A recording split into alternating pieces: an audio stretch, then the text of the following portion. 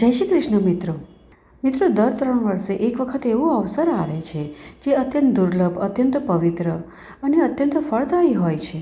અને 2026માં આ અવસર ટૂંક જ સમયમાં આવી રહ્યો છે. અને આ છે પદ્મિની એકાદશી, અધિક માસ એટલે કે પુરુષોત્તમ માસની સૌથી ખાસ એકાદશી, જેને કમલા એકાદશી પણ કહેવાય છે. અધિક માસમાં 2 એકાદશી આવે, એક શુક્લ પક્ષની પદ્મિની એકાદશી અને બીજી કૃષ્ણ પક્ષની પરમા એકાદશી. બંનેનું ખૂબ જ મહત્ત્વ હોય છે. અને કેમ કે આ એકાદશી અધિક માસમાં આવતી હોવાથી ખાસ તો છે જ, સાથે જ આ વખતે એકાદશીના દિવસે વ્યતિપાત યોગનું નિર્માણ પણ થઈ રહ્યું છે, જે એક દુર્લભ સંયોગ ગણાય છે. હવે શાસ્ત્રો અનુસાર સામાન્ય રીતે વ્યતિપાત યોગને માંગલિક કાર્યો માટે તો અશુભ માનવામાં આવે છે, પરંતુ આ યોગને આધ્યાત્મિક દ્રષ્ટિએ ખૂબ જ સારો માનાય છે. શાસ્ત્રો અનુસાર આ યોગ દરમિયાન જપ, પ્રાણાયામ કે મંત્ર સિદ્ધિ કરવાથી 1 લાખ ગણું પુણ્યફળ મળે છે. એટલા માટે જ આવનારી આ અધિક માસની પદ્મિની એકાદશી અત્યંત વિશેષ છે. અને આજના વિડીયોમાં આપણે જાણવાના છીએ કે પદ્મિની એકાદશી ક્યારે આવી રહી છે, આ એકાદશી આટલી વિશેષ શા માટે છે, તેમજ આ એકાદશી વ્રત કેવી રીતે કરવું અને આ દિવસે શું ન કરવું. તેથી અંત સુધી અમારા સાથે જોડાયેલા રહેજો. ને માહિતી સારી લાગે તો લાઈક કરજો અને તમારા મિત્રો અને પરિવારમાં પણ શેર કરજો, જેથી કરી તેઓ પણ આ અવસરને ચૂકે નહીં. ને ચેનલ સબસ્ક્રાઈબ કર્યું ન હોય તો તુરંત જ કરી લેજો, જેથી કરી અમારા દ્વારા આવનારી આવી જ વૈદિક અને પ્રમાણભૂત માહિતીઓ તમારા સુધી સરળતાથી પહોંચી શકે. તો ચાલો શરૂઆત કરીએ. હવે જુઓ મિત્રો, હિન્દુ ધર્મમાં આ એકાદશી વ્રતનું વિશેષ મહત્ત્વ છે. આપણા તમામ ધાર્મિક શાસ્ત્રો અનુસાર એકાદશી તિથિને અત્યંત પવિત્ર અને ફળદાયી માનવામાં આવી છે. જો મનુષ્ય શ્રદ્ધાભાવથી એકાદશીનું પાલન કરે તો તેને પાપોથી મુક્તિ મળે અને જીવનમાં સુખ, સમૃદ્ધિ તથા સકારાત્મકતાનું આગમન થાય છે.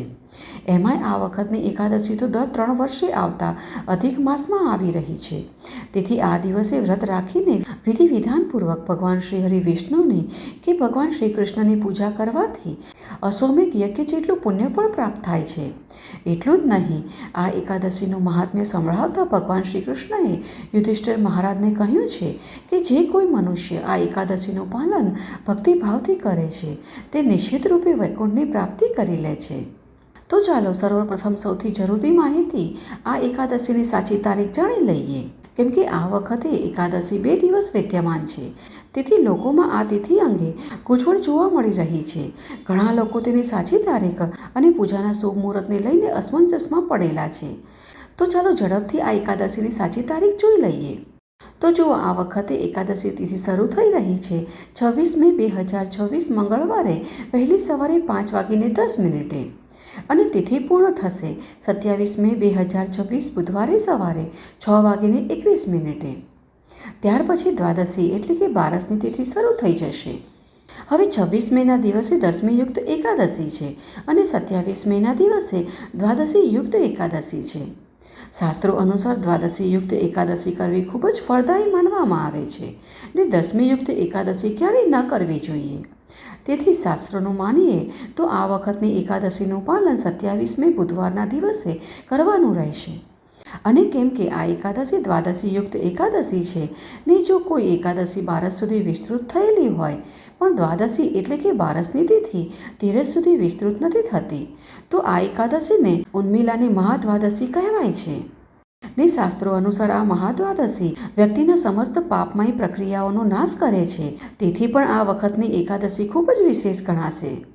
અને જ્યારે પણ એકાદશી વ્રત કરાય તેના પારણા બીજા દિવસે નિર્ધારિત સમયે કરી લેવા જોઈએ, ત્યારે જ તેનું પુણ્યફળ મળે છે. કેમ કે જ્યારે એકાદશી વ્રત 24 કલાકથી વધારે સમયનું થઈ જાય છે ત્યારે તે એકાદશી શુદ્ધ નથી ગણાતી. અને આ જ કારણ છે કે ભલે એકાદશી સૂર્યોદય સમયે પણ વિદ્યમાન હોય પણ દસમી તિથિ સાથે મળેલી હોય તો તે ત્યાગવી જોઈએ અને દ્વાદશી યુક્ત એકાદશીનું પાલન કરવું જોઈએ. અને આ દ્વાદશી તિથિ શરૂ થઈ રહી છે 27 મે બુધવારે સવારે 6:21 ને પૂર્ણ થશે 28 મે ગુરુવારે સવારે 7:56. તેથી પદ્મિની એકાદશીના પારણા કરવાના રહેશે 28 મે ગુરુવારના દિવસે સવારે 5:55 થી 7:56 સમયગાળા વચ્ચેમાં. હવે આ દિવસના પૂજા માટેના શુભ મુહૂર્તો ક્યાં રહેશે? તો આ દિવસે બ્રહ્મ મુહૂર્તનો સમય રહેશે સવારે 4:30 થી 5:12 સુધીનો. ત્યાર પછી સવારે પ્રાતઃ સંધ્યાનો સમય એટલે કે ભગવાનની મંગળા આરતી કરવાનો સમય 4:51 થી 5:55 સુધીનો રહેશે અને આ દિવસે સૂર્યોદય થશે 5:55 અને સૂર્યાસ્તનો સમય છે 7:19. ત્યાર પછી આ દિવસના શુભ મુહૂર્તોમાં વિજય મુહૂર્તનો સમય બપોરે 2:51 થી 3:45 સુધીનો રહેશે અને સાંજે દીપદાન માટે ગૌતોલી મુહૂર્તનો સમય 7:18 થી 7:39 સુધીનો રહેશે અને સાયં સંધ્યા એટલે કે સાંજની આરતીનો સમય 7:19 થી 8:23 વચ્ચેનો રહેશે અને આ દિવસે ઘણા શુભ યોગ પણ બની રહ્યા છે, જેમ કે સર્વાર્થ સિદ્ધિ યોગ સવારે 5:55 થી શરૂ થઈને બીજા દિવસે 5:56 સુધી રહેશે અને રવિ યોગ સવારે 5:55 થી શરૂ થઈ બીજા દિવસે 5:56 સુધીનો રહેશે અને આ દિવસે રાહુકાળનો સમય બપોરે 12:37 થી 2:17 સુધી રહેવાનો છે. તેથી આ સમયનું ખૂબ જ ધ્યાન રાખી કોઈ પણ શુભ કાર્ય કે ધાર્મિક અનુષ્ઠાનો ન કરવા. તો અમને આશા છે કે આ માહિતી દ્વારા તમારા મનમાં ઉઠી રહેલ સંદેહ દૂર થયો હશે.